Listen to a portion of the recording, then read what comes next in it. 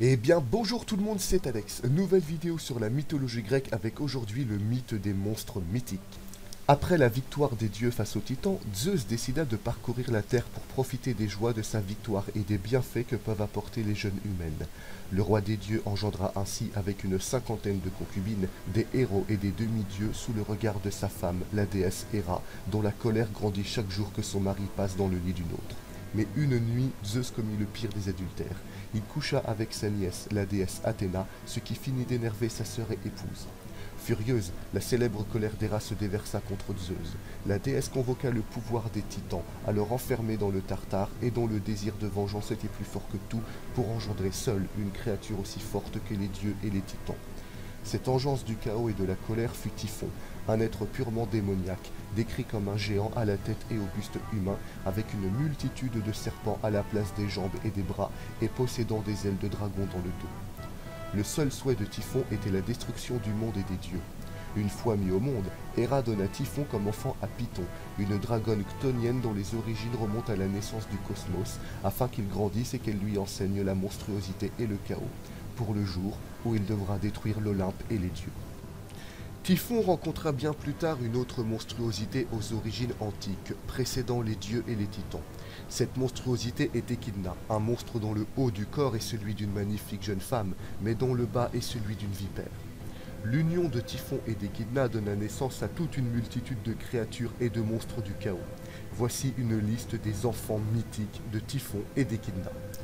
L'hydre de Lerne est une créature possédant entre 5 et 9 têtes à l'origine, mais ce monstre a la capacité naturelle de faire pousser 2 autres têtes quand on lui coupe une seule. Cette créature faisait régner la terreur dans le royaume du roi Eurysthée, ayant mis sa demeure dans une caverne au bord du lac Lerne. Envoyé par le roi, le demi-dieu et héros Héraclès, Hercule chez les Romains, réussit à tuer l'hydre de Lerne grâce au conseil d'Athéna et à l'aide de Lolaos.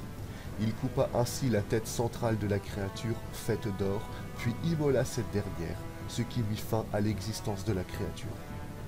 Le lion de Némée, un lion possédant une taille plus imposante qu'un lion ordinaire, et surtout ayant la peau si solide qu'il est invulnérable. Durant ses 12 travaux, le héros Héraclès doit en finir avec ce lion qui terrorise les habitants de la région de Némée. Pour ce faire, Héraclès est aidé du dieu Apollon, qui lui donne une partie de ses flèches divines. Mais face au monstre, les flèches même divines n'ont aucune utilité, car le lion est invulnérable. Héraclès finit cependant par sauter sur l'animal et l'étouffe à l'aide de sa massue avant de lui briser la mâchoire, ce qui tua le lion de Némée. La chimère est une créature croisée entre un lion, une chèvre et un serpent, capable de cracher des flammes grâce à sa tête principale, celle du lion. Comme pour les autres enfants de Typhon et d'Échidna, la chimère se logea dans une caverne pour terroriser cette fois-ci les habitants de la région de Lycie. Le roi Lobatès, dont les troupes furent défaites par la créature, envoya le héros Bellérophon pour terrasser la bête. Aidé du cheval ailé Pégase, Bellérophon réussit à tuer la chimère en la piégeant avec son arme de fer et d'acier. Se mettant au-dessus du monstre grâce à Pégase, le héros attendit que la chimère crachât son feu pour mettre son arme au-dessus de sa bouche. La chaleur faisant fondre le fer et l'acier dans la gueule de la chimère, cette dernière mourut étouffée.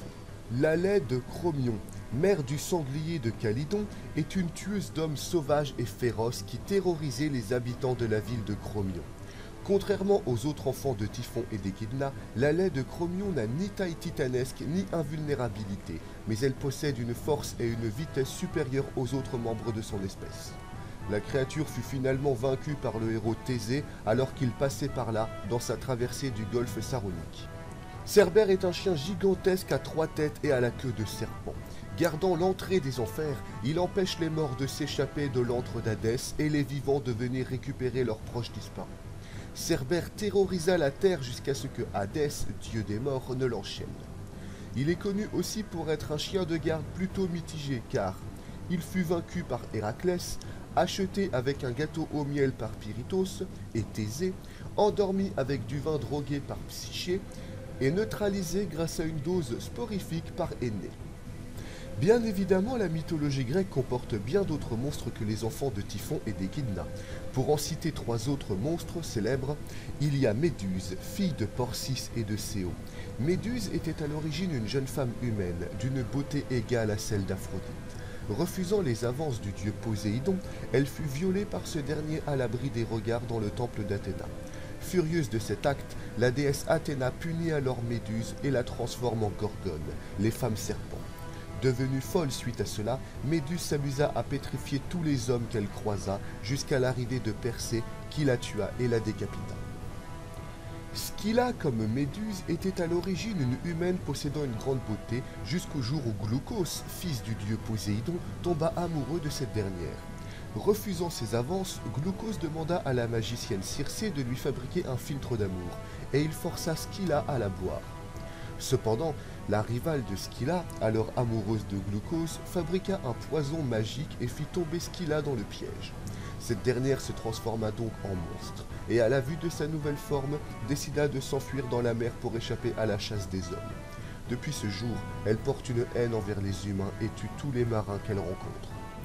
Comme pour les deux autres, Charybde était à l'origine une jeune femme, étant très pauvre et possédant un appétit vorace, elle fut habituée à voler des animaux pour survivre. Un jour, le héros Héraclès, durant ses 12 travaux, dut accompagner un troupeau. Malheureusement, Charybde vola des bêtes du troupeau pour se nourrir, ce qui annula l'exploit d'Héraclès. Furieux de voir son fils échouer, Zeus punit Charybde et la transforme en monstre marin sous la forme d'un typhon. Typhon, qui se sentait assez puissant pour affronter l'Olympe, décida d'attaquer les dieux. Ces divinités qui croulaient alors sous le luxe, la paresse et l'abondance avaient perdu de leur splendeur. Héra avait oublié depuis bien longtemps la créature qu'elle avait engendrée, et quand Typhon fut en vue de l'Olympe, les dieux les plus puissants prirent la fuite dans le désert d'Égypte et se changèrent en animaux pour passer inaperçus. Ainsi Héra, Aphrodite, Apollon, Arès, Dionysos, Héphaïstos, Hermès et Poséidon s'enfuirent de l'Olympe.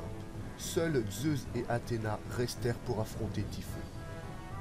Malheureusement, Zeus fut vaincu et Typhon lui coupa les tendons des bras et des chevilles avant de l'enfermer dans une caverne pour partir à la poursuite d'Athéna. C'est à ce moment que le dieu Hermès revint pour aider Zeus. Le retrouvant, il lui remit ses tendons et Zeus s'arma alors de ses foudres. Pendant ce temps, les moires piégèrent Typhon en lui donnant du poison et le faisant passer pour un breuvage censé lui donner l'immortalité.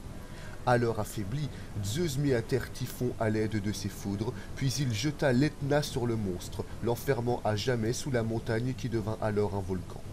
Quant à Échidna, après la mort de son mari, elle passa le restant de sa vie en paix et fut même une amante du héros Héraclès, avec qui elle eut 3 fils, dont l'un est devenu le roi fondateur du royaume de Scythie. Eh bien, j'espère que cette vidéo vous a plu. Si c'est le cas, vous savez ce qu'il vous reste à faire. Et moi, je vous dis à une prochaine fois pour une autre vidéo. Ciao tout le monde!